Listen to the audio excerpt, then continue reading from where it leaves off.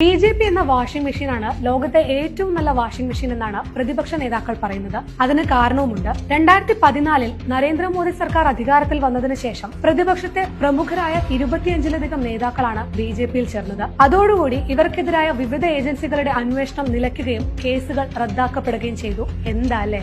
മുൻ കോൺഗ്രസ് നേതാവായിരുന്ന അസം മുഖ്യമന്ത്രി ഹിമന്ത ബിശ്വ ശർമ്മ 2014 ശാരദ ചിട്ടി ഫണ്ട് അഴിമതി കേസിൽ CBI ചോദ്യം ചെയ്യലും റെയ്ഡും ഒക്കെ നേരിട്ടയാളാണ്. 2015 അദ്ദേഹം BJPയിൽ ചേർന്നു. പിന്നെ കേസിനെ പറ്റി ആരും ഒന്നും കേട്ടിട്ടില്ല.